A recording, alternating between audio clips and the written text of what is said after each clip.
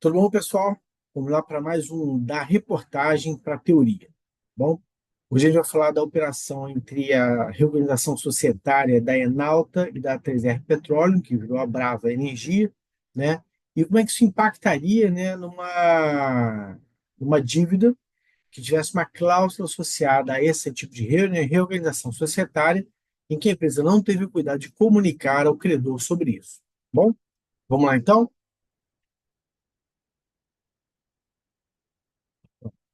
Então, nós estamos no da reportagem à teoria, desenvolvendo os conceitos de finanças corporativas por trás das notícias.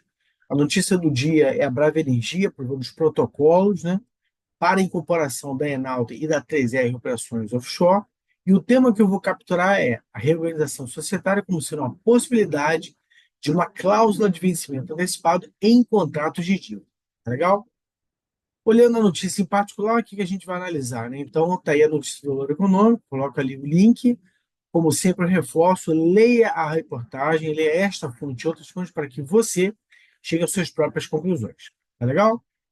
O roteiro que a gente vai usar vai falar que é a fusão entre a Enel e a 3R Petróleo, apresentar rapidamente o cronograma detalhado de toda a operação. É importante pontuar, existe um rito nessas operações, as motivações para a fusão entre a Enel e a 3R Petróleo e, por fim, a incorporação e a reorganização societária. Tá legal? Então, a fusão entre a Enalta e a 3R Petróleo são empresas que são complementares, né? Foi uma operação muito interessante. Por exemplo, a Enalta era mais focada em offshore e a 3R Petróleo no mercado onshore. Acabou que foi uma combinação muito interessante que deu origem à Brava Energia. Tá? Então, houve a integração das atividades, com operações no terra e no mar, um portfólio diversificado, uma posição financeira robusta.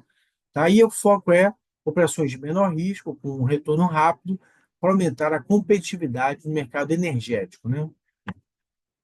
O cronograma, então, foi feito o anúncio da fusão, as assembleias gerais das empresas toparam a fusão, foi aprovado, entra-se com o processo no CAD, né? É feito depois, no comecinho de julho, a aprovação da fusão pelo CAD sem restrições, aí abre-se prazo para recursos e avocação do tribunal do CAD.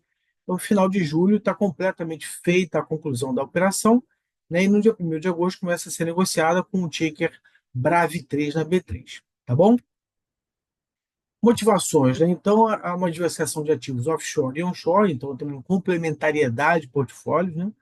Vai haver uma maximização do caixa através de desinvestimentos e reinvestimentos em ativos que sejam realmente estratégicos, otimização operacional, redução de redundâncias e melhora de campanhas de perfuração, sinergias na casa de 1,2 bi e expansão da capacidade. Tá legal? E aumentando sempre a presença nacional, o famoso footprint. Muito bom. E, por fim, a incorporação e reorganização societária é que o Conselho da Brava Energia aprovou o processo, vai ser feita a reorganização societária, que tem um custo. Mas qual é o ponto? Qual é o grande gancho? Né? A depender do contrato da dívida, isso pode ser um evento de cláusula de vencimento antecipado. É isso que a gente vai ver aqui.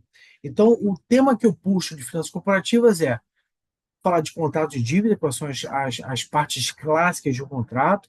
Vou falar da cláusula de resumo de vencimento antecipado, né? O tipo de cláusula de vencimento antecipado, que você tem automático e não automático, como é que você contorna isso, né? E a gente faz o sumário e a conclusão do nosso debate. Tá legal? Então, quais são as partes típicas de um contrato? Então, identificar quem são as partes envolvidas, qual é o objeto do contrato, é uma concessão de crédito ou empréstimo, qual o valor da dívida, a taxa de juros e os encargos, os prazos, as garantias, e, finalmente, os covenants, que podem ser financeiros e não financeiros. Atenção a esse ponto, tá legal? E aí o ponto é cláusulas de vencimento antecipado. Esse é que é o ponto central da nossa análise. Multas e penalidades, qual é a forma de pagamento da sua dívida, né, o reconhecimento formal de dívida pelo devedor, né, definição de fóruns de jurisprudência para qualquer resolução de conflitos e as disposições finais de qualquer contrato. Então, o foco principal é, dentro do universo do contrato de dívida, a gente vai focar nas cláusulas de vencimento antecipado. Tá legal? Então, quando é que acontece a cláusula de vencimento antecipado? Inadimplemento de pagamento, ou não pagou um juros, ou não pagou um principal, ou faltou alguma obrigação acessória, descumprir alguns covenants, tanto financeiros quanto não financeiros, tá?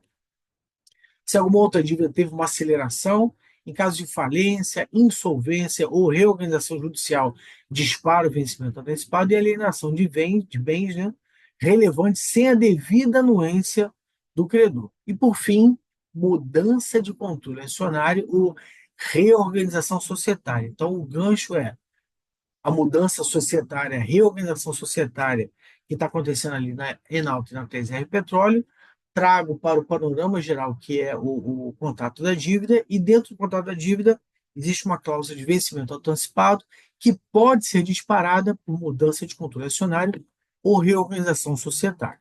Tá legal? Estou olhando um pouquinho essa cláusula, né? Tem a automática e a não automática, né?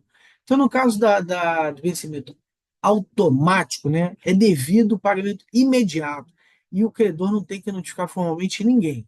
Já no antecipado não automático, né, o credor ele pode declarar o vencimento antecipado, ele não é obrigado a, e ele tem que fazer uma notificação formal. Tá?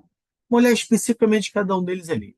Então, no caso do vencimento automático, a dívida se torna imediatamente exigível. Tá? Tem uma série de eventos que se enquadram para isso, né?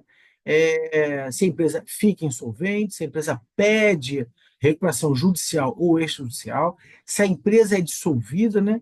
Ou se ela descumpre outros contratos de dívida. Isso aqui são situações que levariam uma empresa a um vencimento antecipado automático. Tá? Olhando o vencimento antecipado não automático, né?